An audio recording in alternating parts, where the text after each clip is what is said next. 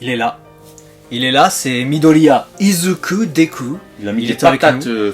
Voilà. des kicks. Des kicks. Smash mais avec le kick. Avec le kick. Alors, on va couvrir 2 épisodes aujourd'hui. On va revenir très brièvement sur l'épisode de la semaine dernière, parce que nous, on l'a déjà fait en vrai. On l'a fait, mais il n'y a pas de son. Mais il n'y a pas de son. Vous avez suivi un peu les péripéties sur la chaîne. Si vous regardez les vidéos, vous êtes au courant de ce qui s'est passé la semaine dernière. On a enregistré près de 8 vidéos sans son. Ça faisait ça. Et vu que c'est pas très intéressant à regarder, à la limite, il y en a qui nous ont proposé de le redoubler. On aurait pu le faire pour une vidéo, c'est marrant. Non, mais pour 18, Mais non. pour 18, c'est un peu compliqué. C'est chiant surtout. Donc, Et puis surtout, retrouver ce qu'on dit, ça veut dire l'écrire. Toutes les paroles qu'on a dit qui sont en impro en plus. Perte de temps. Non, perte de temps. Donc ça pue la Perte de merde. temps, donc on a dit non. Donc grosso modo, l'épisode précédent, c'était Red Riot qui fait son fou. On a Fat Gum qui se dénonce, on va dire, parce qu'il vient en avant-poste. Il y avait cette opposition épée bouclier qui était vraiment bien. On attendait de voir un peu l'épisode comment ça allait se dérouler, avec la crainte peut-être que ça soit bis repetita avec ce qu'on a vu avec Tamaki. Un flashback qui va introduire justement la transformation du personnage et on va découvrir à la fois son passé, à la fois sa motivation. C'est ce qui s'est passé, mais C'était bien fait. c'était bien amené. Parce qu'on apprend justement en fait qu'à l'origine, toute cette positive attitude, cette niaque, cette énergie, Positive attitude. Et là t'as Lori. ce côté fonceur qu'a développé Kirishima, c'est ça, Kirishima C'est ça, Eijiro Kirishima, j'ai eu un doute d'un coup, eh bien en fait n'était pas inné, et c'est en suivant son modèle, en écoutant le modèle, je sais même plus de mémoire du coup comment il s'appelait, c'était Riot. Red Crimson, je sais pas Ouais, quoi. ou Red Crimson, Riot Crimson Riot, je sais plus. Dites-nous dans les commentaires, corrigez-nous, parce que ça date de la semaine dernière, on a dormi entre temps. Qui l'a du coup motivé, ça lui a fait un électrochoc, et il est donc devenu ce jeune qui, plutôt que de regretter de ne pas pouvoir agir et de ne pas réussir à agir, va essayer d'agir et d'être un fonceur. Si je peux noter juste un truc, mon savon il sent bon. Je tenais, je tenais à vous en faire part. Voilà. Parce que je viens de le... Ah, pas mal. Bon, on se lave les mains. Mais je pense que c'est un bon moment de review du coup. Peut-être des gens qui se lavent pas les mains, nous on se lave les mains. Bon. C'est ça, plusieurs fois par jour même. Ouais, plus que plusieurs fois. Parfois même... Plusieurs dizaines. Ça nous a permis d'avoir un moment intense d'émotion, puisque quand Fat Gum s'est pris un enchaînement de punch hyper puissant, voulant du coup stratégiquement emmagasiner toute l'énergie reçue des punchs pour ensuite la rendre centuple, j'en sais rien, pour terrasser son ennemi. On a du coup Kirishima qui intervient, parce que cette fois-ci il ose intervenir. On pensait qu'il allait se passer un truc, mais non, en fait il se sacrifie, il prend... C'est ça, c'était inattendu, on s'attendait à ce qu'il intervienne pour taper en fait l'ennemi Ouais. pendant que Fat Gum faisait bouclier. Pas du tout, c'est l'inverse. C'est Kirishima qui vient faire bouclier, Fat Gum lui... Ça lui gagne du temps. il décharge toute l'énergie qu'il a emmagasinée. Et du coup, transformation aussi de Fat Gum, assez inattendu aussi. Donc Ouais. franchement, ça fait plaisir. Donc c'était vraiment équilibré, et donc cet épisode de semaine dernière, on peut le passer, et on... Attends, je vais revenir sur un truc. Beaucoup d'émotions, énormément d'émotions. On comprend le passé du personnage et aussi son doute. Le doute qu'il avait, on ne pensait pas du tout comme ça à la base, où il n'arrive pas à bouger et à agir, et c'était motivé aussi en partie grâce à Ashido Mina. On a découvert une grosse relation entre ce personnage et elle, qui était une camarade de classe. Et justement, on se dit, tu vois, dans les shonen manga, il peut y avoir aussi ces trucs romance, on a vu avec Ochako et Deku. On se dit, peut-être que là, il pourrait y avoir un truc, parce qu'on soupçonnait pas ça du tout. Enfin, moi, je soupçonnais pas ça du Donc tout. en fait on se pose la question s'il va taper la motte. Ou alors, est-ce que là, le rock va résister au jet d'acide? Oh non. Après, c'est lui qui va faire des jets normalement. C'est peut-être le seul à pouvoir le faire. Si elle est acide de partout... Insupportable. Bon, faut dire que c'est la 10e vidéo de la journée. Après ces émotions, ces romances, on revient du coup sur le combat entre... Ouais, moi je voulais parler de Mina en fait. Mina, parce que Mina-san. on la Connexion découvre de Mina-san. à travers. Mais il peut pas dire. Chut Shut up. On la découvre en fait à travers, ça m'a beaucoup étonné par contre, à travers un flashback d'un autre personnage. Parce qu'on la connaît pas en vrai. On la voit joviale, amicale avec les autres, mais là on découvre qu'elle a un caractère de conviction. Elle arrive à rallier et à faire la paix avec des gens qui sont totalement opposés. Il y avait des racailles d'ailleurs. Voilà. Qui se raquettent et tout. Et en plus, c'est un modèle de détermination et de courage pour les autres. Ah, j'ai fait, ah ouais, c'est intéressant. Vraiment cool. Super intéressant parce que ça vient, comme on l'a déjà dit, c'est ce qu'on attend, nourrir pas que les héros, mais tous les persos qui gravitent autour. Si. J'ai le jet d'acide en tête. Ah ouais, d'accord, bah c'est voilà, le jet d'acide, chose que tu ne peux pas savoir toi, téléspectateur, mais on te laisse du coup faire le lien dans ta tête avec ce qui a été dit un peu plus tôt. Je pense que ça va pas être trop compliqué pour toi. Et on enchaîne avec donc l'épisode de cette semaine qui commence sur Kirishima dans les bras de Fat Gum, totalement démoli puisqu'il s'est sacrifié, les membres explosés, tout ce que tu veux. On pense que c'est terminé. Et en fait, il se relève. Non, je pensais pas que c'était terminé. Je savais qu'ils allaient Ah, aller moi, chez je le pensais médecin, que que ça allait. Moi, je pensais que. Ah, c'est vrai. Il me dit ça, genre, il pris un arrêt de travail, du coup. C'est ça, ben rien. Non, je pensais que les ennemis en face, ils étaient pétés. Moi. Ah. Je pensais pas qu'ils allaient se Ouais, relever. les ennemis, je pensais pas qu'ils allaient bec se de relever. lièvre et- Mais il se passe exactement ça. Ils prennent un arrêt de travail, ils se relèvent. C'est ça. Et étonnant, le muscleur, là, je sais plus comment il s'appelle. Ouais. Il fait ouais, faut le guérir. À un moment donné, je fais qu'il raconte. C'était l'ennemi il y a 2 secondes. Et après, il fait parce que je veux l'en. Et là, tu te dis, Il fait qu'est-ce qu'il ça. raconte, lui, pourquoi il veut, monsieur. Et après, on comprend qu'en fait, et ça aussi, encore une fois, c'est bien amené, et d'ailleurs, ça va faire un écho parfait avec la fin de l'épisode, mais on vous le laisse pour la fin de cette review, où on se dit, bah tiens, il a pas apprécié de perdre 5 fois contre Overhaul, et c'est pour ça qu'en fait, il le suit. Il s'est battu plein de fois, il a voulu lui résister quand Overhaul est venu le chercher. Ouais, il a une psychologie. Il s'appelle Lekka. En tout cas, le nom que l'autre qui fait.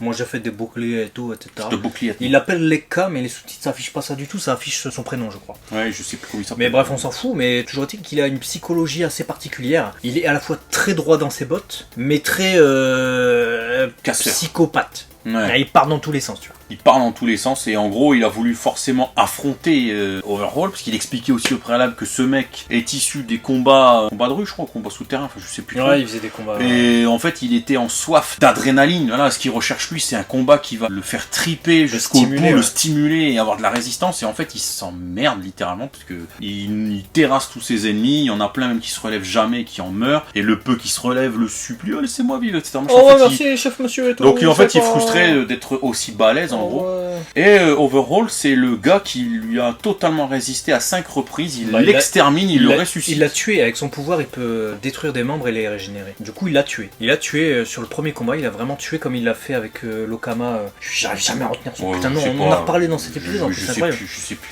Et il l'a tué. Et il l'a régénéré derrière. Et il a fait tu m'obéis, tu... Ça, il y a un peu le choix. Et du coup il a décidé de suivre Overhaul en fait Ouais. parce qu'il respecte sa force. Et c'est le seul dont il arrive à se sentir... comment dire, bah déjà il a un défi avec ce mec là. Donc il le suit jusqu'à ce qu'il puisse un jour le battre. Et c'est aussi pour ça qu'il a cette psychologie, hein. Il n'hésite pas à soigner ses ennemis, parce qu'il s'en bat les couilles un peu des Yakuza et tous les à côté, pour pouvoir les battre. Parce que il a admiré la détermination et le courage de Kirishima. Il se dit il y a du potentiel en lui. Et lui, une autre fois, là pour l'instant ça s'est terminé à égalité dans ce combat, enfin, selon lui, je le battrai. C'est moi qui gagnerai le prochain combat. Donc il a vraiment envie de le soigner. Donc, c'était bien joué. C'était bien joué. Quelque part, tu te dis, bon, bah ok, ça justifie le fait que Kishima va pouvoir être soigné. Est-ce que ça justifie le fait que je dois remettre ma chaise? Ça, c'est autre chose. C'est le casse les couilles. Voilà. Mais non, moi non, ça justifie simplement le fait que Kirishima va pouvoir être soigné un peu plus tranquillement. Et en plus de ça, bah il fait quelques révélations, quoi. Parce qu'à un moment donné, il parle même le gars au bouclier, il lui fait arrête de parler trop. Parce qu'on lui demande c'est quoi la détermination de Overhaul en fait, pourquoi il fait tout ça, etc. Il raconte tout en fait, il étale. Alors, on apprend pas mal de choses dans cet épisode sur Overhaul, sur sa relation avec les Yakuza. On en avait déjà en partie appris la semaine dernière, mais c'est vrai qu'on n'avait pas de son, donc il faut que je revienne dessus. Mais il y avait un Yakuza qui avait déclaré qu'ils ne suivent pas Overhaul véritablement pour lui, pour ce qu'il fait, mais parce que c'est le deuxième et que leur leader est alité, il est malade et ils soupçonnent même Overhaul d'être la cause et l'origine du mot de leur maître, de leur boss. Et du coup, il y a une grosse partie des Yakuza qui ne sont pas sur les pas d'Overhaul. Ils lui obéissent par crainte parce qu'ils ont peur, c'est tout. Et donc dans un autre pan du coup de cet épisode, on a Twice qui va affronter l'autre partie du groupe. Hein. Donc on a, comment il s'appelle, Cadnaman là Lock. Lock, voilà, avec Midoriya hein, qui est dans le même dos. Et on a également Abdot. Regarde-moi bien dans le visage. Ah. Donc c'était intéressant, mais T'as pas aimé? si, c'était bien, mais c'est pas le truc qui m'a le plus fait c'est ce que j'ai kiffé le plus. Ah ouais, de moi l'épisode. je trouvais ça. C'est-à-dire que le début de l'épisode, on avait déjà vu le combat la semaine dernière, j'en avais marre en fait de revoir le méchant se relever. Ça m'a plu les explications, mais j'avais pas envie de rester sur ça. Kishima Fatgum, on a vu, c'est bon. J'avais envie de voir ce qui se passait. Le Million, donc Milio a été exilé. Il est, dans une partie où il peut pas être rejoint par les autres. Du coup, t'as tout le groupe en fait des héros avec Midoriya, Night Eye et tous les autres qui sont emprisonnés entre deux murs. Et c'est là que les intérims choisis par donc Shigaraki Tomura interviennent pour leur faire leur fête. Très intelligemment fait. Pourquoi? Parce que Shigaraki, il joue sa relation, en tout cas il essaie en fait de manipuler Overhaul comme Overhaul essaie de le manipuler lui et l'Alliance. Jeu d'échecs. jeu d'échecs. Et du coup, il joue ça très bien en envoyant 2 très bons éléments qu'il a. Voilà, à la base Overhaul, il en voulait 3. Il a dit non, je t'envoie Himiko Toga et Twice, tu te démerdes avec ça. Et Black, je sais plus quoi. Ouais, Black Mist, je le garde. Et il les a envoyés. Comme ça, ils font genre, ils sont avec Overhaul, mais en fait pas du tout. D'ailleurs, c'est même la conclusion de l'épisode, hein, au final, puisqu'ils énervent volontairement un mec Yakuza, celui qui est dans les murs là. Oui, c'est sûr, je sais pour plus. lui faire péter un câble. En fait, c'est ça que j'aime pas. Et finalement, ils arrivent à sortir de cette situation, eux, où ils étaient un peu enlisés, parce qu'ils se retrouvaient quand même contre des héros très forts. Il y avait Eraserhead notamment, donc Aizawa. Il y a Midoriya, il y a Night Eye quand même qui s'est retrouvé extrêmement puissant et qui a mis en déroute directement les deux. Et il leur offre quand même une possibilité d'échappatoire, parce qu'ils sont pas véritablement avec Overhaul et les Yakuza.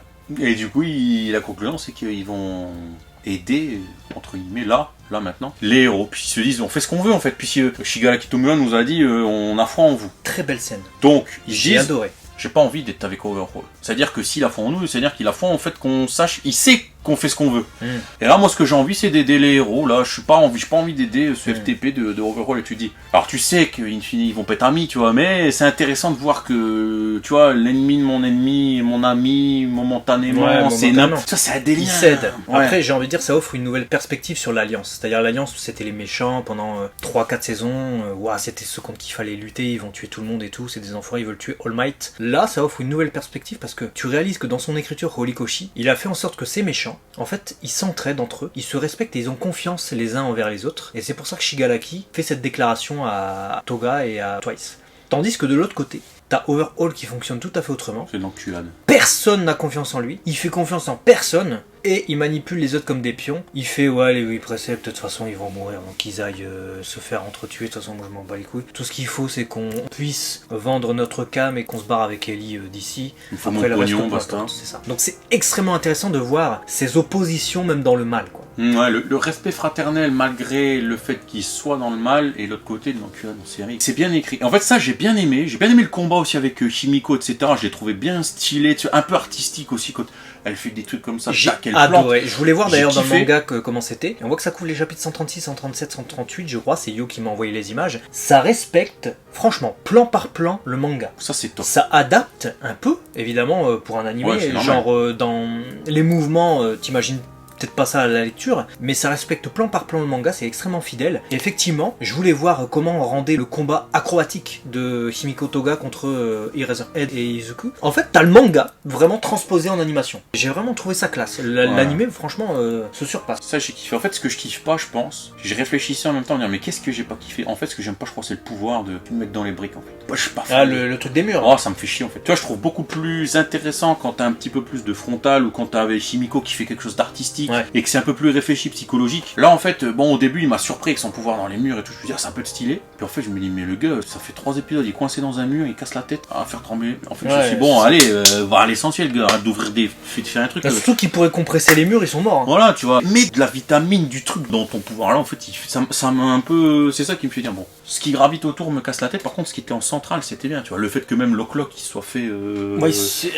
Il s'est fait surprendre, mais cloné. je m'y attendais et elle prend la place, donc Himiko Toga, elle prend la place de Lock, vu que c'est ça, en fait, grâce au sang, elle peut prendre l'apparence d'une autre personne. On l'avait vu pendant la compétition, là, la dernière compétition, je sais plus comment ça s'appelait. Et là, j'ai bien aimé une séquence avec Izuku et Aizawa qui ont été surpris les deux. Et Aizawa s'est même fait poignarder à l'issue de ça. T'avais vraiment du danger pour les personnages. Là, je me suis dit, putain, c'est super bien fait. Et au-delà de ça, il y avait aussi la psychologie de Twice, qu'on découvre vraiment encore plus. On l'avait vu dans un épisode qui était dédié un peu à lui en partie. Et là, on a ça. Je vais péter un câble, mon truc qui craquait, tout ça, tu comprends qu'il va y avoir un truc avec ce personnage. Et là, il a été sauvé de justesse parce qu'ils doivent, justement, s'en tenir à faire un bon truc pour Shigaraki. Mais sinon, il aurait peut-être tout fait couiller. Et tu te dis que par la suite, il va peut-être tout faire couiller en pétant un câble. En pétant un steak. Ouais. Donc en fait, c'est intéressant. On s'enfonce là, voilà, vraiment dans un truc d'un enchevêtrement de choses. On l'a dit tout à l'heure, l'alliance qui finalement n'est pas vraiment proche des 8 préceptes et qui finalement vont aider les héros qui sont mal en point certaines choses. Le million qui est coincé. Et on le sait dans le teaser de l'épisode prochain qu'il va devoir affronter seul à seul. Pendant combien de temps, je ne sais pas.